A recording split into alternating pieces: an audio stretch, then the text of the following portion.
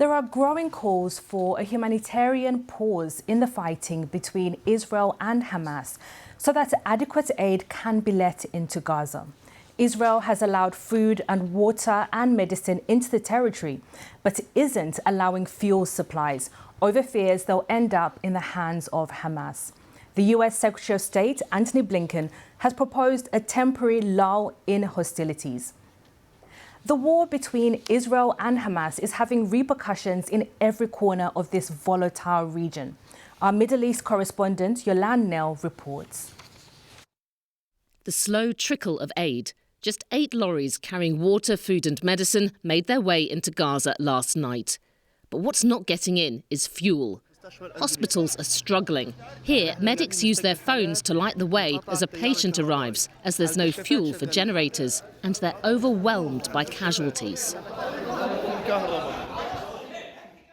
Israel has banned fuel from entering the territory, saying Hamas, designated as a terrorist group by many Western governments, including the UK, may use it for military purposes. The UN agency, which looks after Palestinian refugees, has warned it could stop its operation in Gaza as soon as tonight without it. If we do not get more fuel into Gaza, we as UNRWA, the largest aid agency in Gaza, will not be able to carry out any humanitarian operations. With plenty of aid building up in Egypt, there's frustration about the sluggish relief effort. This is one of the WHO truck loaded with the needed urgent needs for patients inside Gaza. There is a trauma kit, there is medicine and drugs, there is a disposable, which is much needed now to treat the patient and to manage casualty inside Gaza. This baby was rescued by an emergency caesarean after yesterday's bombing in Khan Yunis. Its mum, Naveen Abu Oda, is fighting for her life. Her husband, a UN worker, was killed, and another 5 family members. There's been a big jump in the death toll, with official Palestinian figures showing many hundreds killed in the past 24 hours. At the UN, the Secretary-General Antonio Guterres said the bombardment and blockade of Gaza violated international law, as did the use of civilians as human shields by Hamas. I'm deeply concerned about the clear violations of international humanitarian law that we are witnessing in Gaza. Let me be clear, no party to an armed conflict is above international humanitarian law. But diplomatic efforts continue. Now international calls are mounting for a humanitarian pause in fighting, with the US proposing a temporary lull in hostilities short of a formal ceasefire. And while Israel's war with Hamas is raging, there are other fronts heating up. Thousands of troops are now gathering on Israel's northern border with Lebanon, and there were strikes in neighbouring Syria overnight. It adds to the fears that what's happening in Gaza will create wider regional turmoil. Yolande Nell, BBC News, Jerusalem. And let's cross live now to Yolande, who's in Jerusalem. Yolande, as you mentioned there, the Israeli government is pushing back against calls for a pause or a ceasefire in this conflict. But how are people there in Israel reacting to these calls from the international community? I mean, this is all being covered extensively in the Israeli media, as you would imagine. But really, it's the Israeli military that has sort of been leading the efforts here and been talking about how Hamas in the past has diverted fuel that has gone to the UN for its own military infrastructure. So when it comes to a pause in hostilities so that aid can get in particular fuel, people are saying, well, you know, this is something that Hamas has a responsibility here. I mean, it's very interesting because the last few days there have been constant questions about when a ground invasion might begin. It does seem that the US is putting pressure on Israel to hold off on that at the moment, and has now come out with this new line about a sort of temporary lull, not a full-on ceasefire, in order for aid to get into the people who really need it.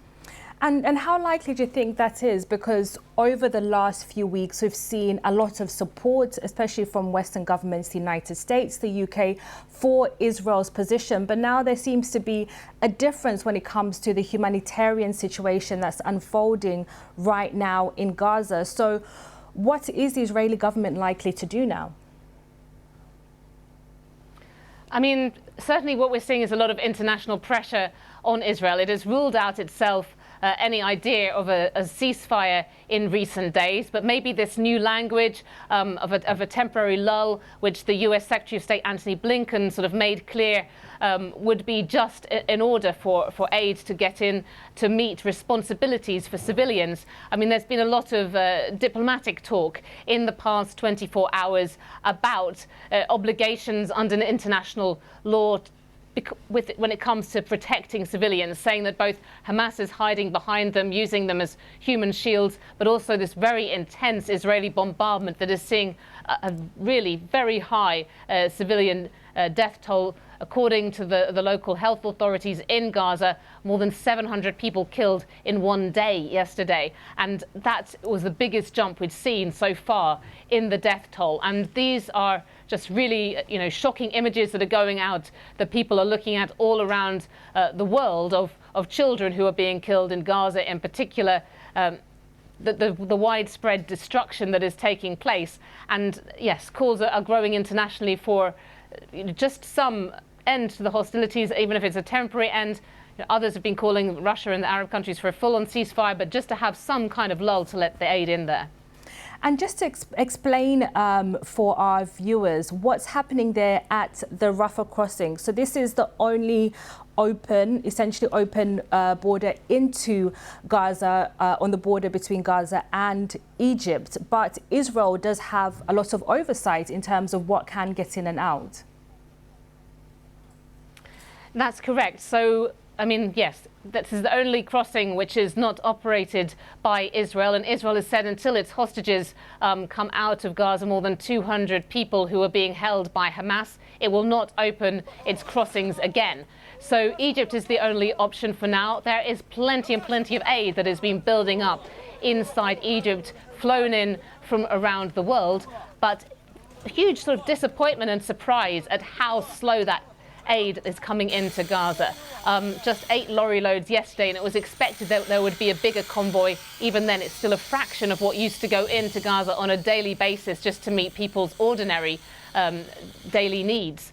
So what the mechanism, we haven't really got full details of the oversight that Israel has, but we know that there are extremely stringent security checks on everything that's going in. And we've seen prior to the Rafah crossing opening, several times Israel actually bombed the area in airstrikes around the Rafah crossing. So it's made it very clear that it can stop supplies going in if it doesn't have those security checks carried out.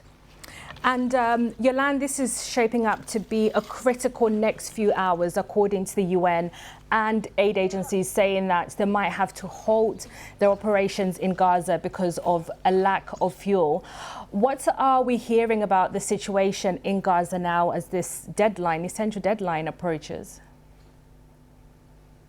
Yeah, I mean, there have been warnings for days about how fuel supplies were dwindling. And what's actually happened is that UNRWA, it's the UN agency for Palestinian refugees, and because most of the 2.3 million people living in Gaza are classed as refugees, so UNRWA has for a long time been supporting them. It has the biggest footprint of any of the UN agencies in the Gaza Strip. So it's now been leading humanitarian operations, and it's been going to its own fuel reserves, what it had, and working its way through them, sending small amounts around to hospitals, trying to keep things going in their generators as much as possible. But now it's saying that that fuel is completely going to run out. That means no fuel for the hospitals, which is, of course, a huge problem, as we've been hearing, but also fuel is essential for other things. They're saying just to kind of have fuel for the cars so that they can have their UN workers get from place to place in the Gaza Strip. And then also fuel could be used, if it came in, to run the water desalination plants. It could be used to pump away sewage. This is something extremely important